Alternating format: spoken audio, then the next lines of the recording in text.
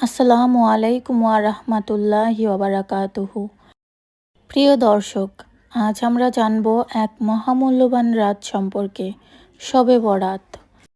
এই ভিডিওতে থাকছে শবে বরাত কি, কিভাবে এলো, এই রাতের ফজিলত, করণীয় আমল এবং প্রচলিত ভুল ধারণা।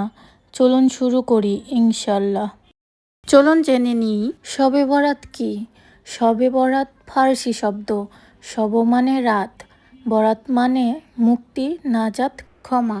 অর্থাৎ শবে বরাত মানে গুনাহ থেকে মুক্তির রাত, ক্ষমার রাত। আরবি ভাষায় একে বলা হয় লাইলাতুন নিফসি মিন শাবান, অর্থাৎ শাবান মাসের 15তম রাত। এই রাতে আল্লাহ তাআলা তার অসংখ্য বান্দাকে গুনাহ থেকে ক্ষমা করেন এবং জাহান্নাম থেকে মুক্তি দেন। এখন জানব শবে বরাত কিভাবে এলো, পূর্ণ ঘটনা।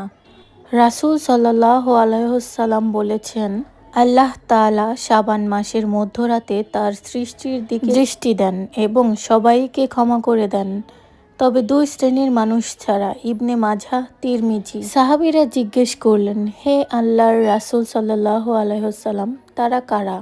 তিনি বললেন, যে শিরক করে এবং যে অন্তরে হিংসা ও বিদ্বেষ পোষণ করে।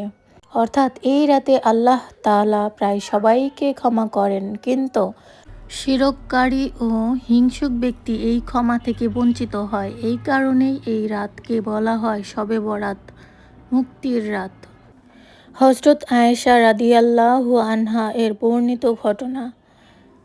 হযরত আয়েশা রাদিয়াল্লাহু আনহা বলেন, এক রাতে আমি ঘুম থেকে উঠে রাসূলুল্লাহ সাল্লাল্লাহু আলাইহি ওয়াসাল্লামকে ঘরে পেলাম না। আমি চিন্তিত হয়ে তাকে খুঁজতে বের হলাম। আমি গিয়ে দেখি তিনি জান্নাতুল বাকি কবরস্থানে দাঁড়িয়ে দোয়া করছেন।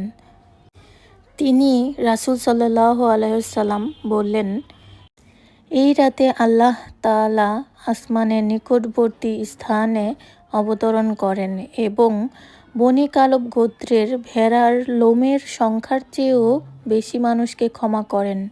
তিরমিজি, ইবনে মাজাহ। চিন্তা করুন, আল্লাহর রহমত এই রাতে কত বিশাল। চলুন এবার জেনে নেই শবে বরাতের ফজিলত। এই রাতের বড় বড় ফজিলত হলো, আল্লাহর বিশেষ রহমত নাজিল হয়, অসংখ্য গুনাহ মাফ করা হয়, জাহান্নাম থেকে মুক্তি দেওয়া হয়, দোয়া কবুলের বিশেষ সুযোগ থাকে। এই রাত আমাদের জন্য নতুন জীবন শুরু করার সুবর্ণ সুযোগ। চলুন জেনে নেই শবে বরাতের রাতে কি কি আমল করবেন। ১. খাঁটি তওবা বা ইস্তিগফার সবচেয়ে গুরুত্বপূর্ণ। এই রাতের সবচেয়ে বড় আমল হলো তওবা করা। নিজের সব গুনাহ স্মরণ করুন, আল্লাহর সামনে লজ্জিত হয়ে কান্নাকাটি করুন, ভবিষ্যতে গুনাহ না করার দৃঢ় সংকল্প করুন। এই দোয়াটি পড়ুন, আস্তাগফিরুল্লাহাল আযীমাল্লাযী লা ইলাহা ইল্লা হুয়াল হাইয়ুল কাইয়্যুম ওয়া আতুবু ইলাইহি। দোয়াটির অর্থ হলো, আমি মহান আল্লাহর কাছে ক্ষমা চাই, যিনি ছাড়া কোনো উপাস্য নেই। তিনি চিরঞ্জীব, চিরস্থায়ী এবং আমি তার দিকেই ফিরে আসছি। এই দোয়াটি অন্তত 100 বার পড়ার চেষ্টা করুন। নাম্বার 2, শবে বরাতের আরেকটি গুরুত্বপূর্ণ আমল হলো নফল নামাজ। এই রাতে নির্দিষ্ট কোনো রাকাত সংখ্যা নেই, যত পারেন 2 রাকাত করে নফল নামাজ পড়ুন। এভাবে নিয়ত করতে পারেন, নফল নামাজ আল্লাহর সন্তুষ্টির জন্য। কি কি পড়বেন? সাধারণ নামাজের মতোই সূরা ফাতিহা প্লাস যে কোনো সূরা। 2 রাকাত, 4 রাকাত, 6 রাকাত, 8 রাকাত, 12 রাকাত নিজের সামর্থ্য অনুযায়ী। মনে রাখবেন, 12 রাকাত নির্দিষ্ট করে পড়তেই হবে এরকম কোনো সহিহ প্রমাণ নেই। নাম্বার 3, দীর্ঘ সময় দোয়া করা। এই রাত দোয়া কবুলের বিশেষ সময়। এই রাতে মন খুলে দোয়া করুন। এই রাতে নিজের গুনাহ মাফ, ঈমানের উপর মৃত্যু, সন্তানদের হেদায়েত, পরিবারের সুস্থতা, রিজিকের বরকত, দুনিয়া ও আখিরাতের কল্যাণের জন্য দোয়া করতে পারেন। এই দোয়াটি পড়তে পারেন, আল্লাহুম্মা ইন্নাকা আফুউন তুহিব্বুল আফওয়া ফাফু আন্নি। অর্থাৎ, হে আল্লাহ, তুমি ক্ষমাশীল, ক্ষমা করতে ভালোবাসো, অতএব আমাকে ক্ষমা করে দাও।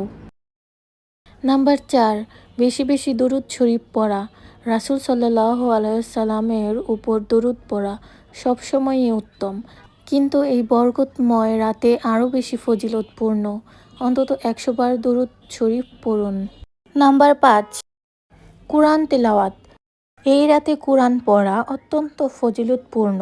যতটুকু পারেন পড়ুন, না পারলে অন্তত সূরা ইয়াসিন, সূরা রহমান, সূরা মুলক, সূরা ওয়াকিয়া পড়ুন।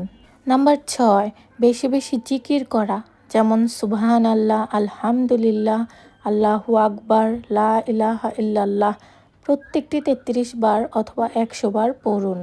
নাম্বার 7, আত্মশুদ্ধি ও অন্তর পরিষ্কার করা।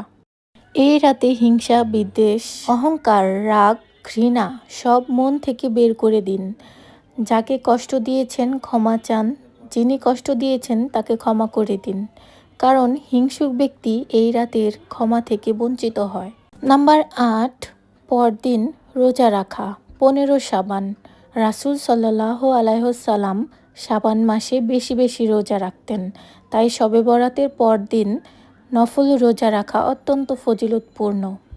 চলুন এবার জেনে নিই কি কি করা যাবে না। ভুল ধারণা ও বিদাত। এই কাজগুলো থেকে বিরত থাকুন।